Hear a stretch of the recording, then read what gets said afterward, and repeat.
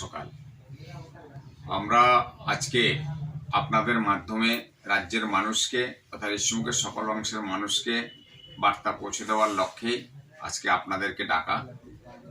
আপনারা জেনে আনন্দিত হবেন যে 11 তারিখ আমাদের হৃষ্যমুখ হায়ার সেকেন্ডারি স্কুলে আমাদের দলের সুপ্রিমো মহারাজা প্রদ্যুৎ কিশোর দেববর্মন আসতে চলেছেন এবং এই মহারাজা প্রদ্যুৎ কিশোর দেববর্মনের আগমনকে কেন্দ্র করে আমাদের হৃষ্যমুখের মধ্যে ব্যাপক একটা উৎসাহ উদ্দীপনা লক্ষ্য করা যাচ্ছে। আমরা বিশ্বাস করি যে সাধারণ মানুষের আবেগকে পুঁজি করে আমরা এতদিন যে পরিশ্রমটা করেছি আমরা সেটার একদম অন্তিম কিনারায় পৌঁছে গেছি এবং সাফল্য আমাদের নিশ্চিত।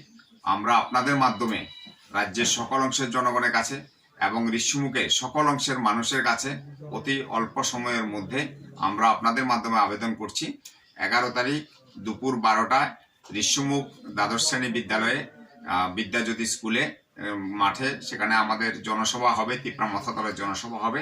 সেই জনসভায় সকল অংশের মানুষকে আমরা স্বাগত জানাই এবং আপনাদের মাধ্যমে শুভবুদ্ধি সম্পন্ন যারা এখনো শাসক বিজেপি এবং সিপিএম দলের সঙ্গে জড়িত আছেন, আমরা আপনাদেরকে বলবো যে বিজেপি আর ক্ষমতায় ফিরে আসছে না, বিজেপির পতন নিশ্চিত।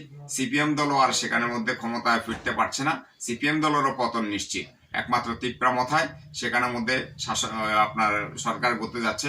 তাই সারা রাজ্যের সাথে হৃষ্যমুখের উন্নয়নের জন্য আপনারা সেখানের মধ্যে ওই দিনের যে মাস গ্যাদারিং হবে সেই মাস গ্যাদারিংয়ে আপনারা সামিল হবেন এবং একটা পরিবর্তনশীল হৃষ্যমুখ গড়ে তোলার জন্য, উন্নয়নশীল হৃষ্যমুখ গড়ে তোলার জন্য এবং যেখানে কোনো সন্ত্রাস থাকবে না, যেখানে সৌভ্রাতৃত্বই হবে আসল কথা, সেই স্বপ্নের হৃষ্যমুখ গড়ে তোলার জন্য আপনাদের মাধ্যমে সকল অংশের যুবক যুবতী মা বোন সবাইকে আমরা আহ্বান জানাচ্ছি যে হৃষ্যমুখে দুপুর 12টায় যে সভা হবে সেই 12টায় সবাই আসার জন্য এবং আজকে এই কারণে আপনাদেরকে ডাকা।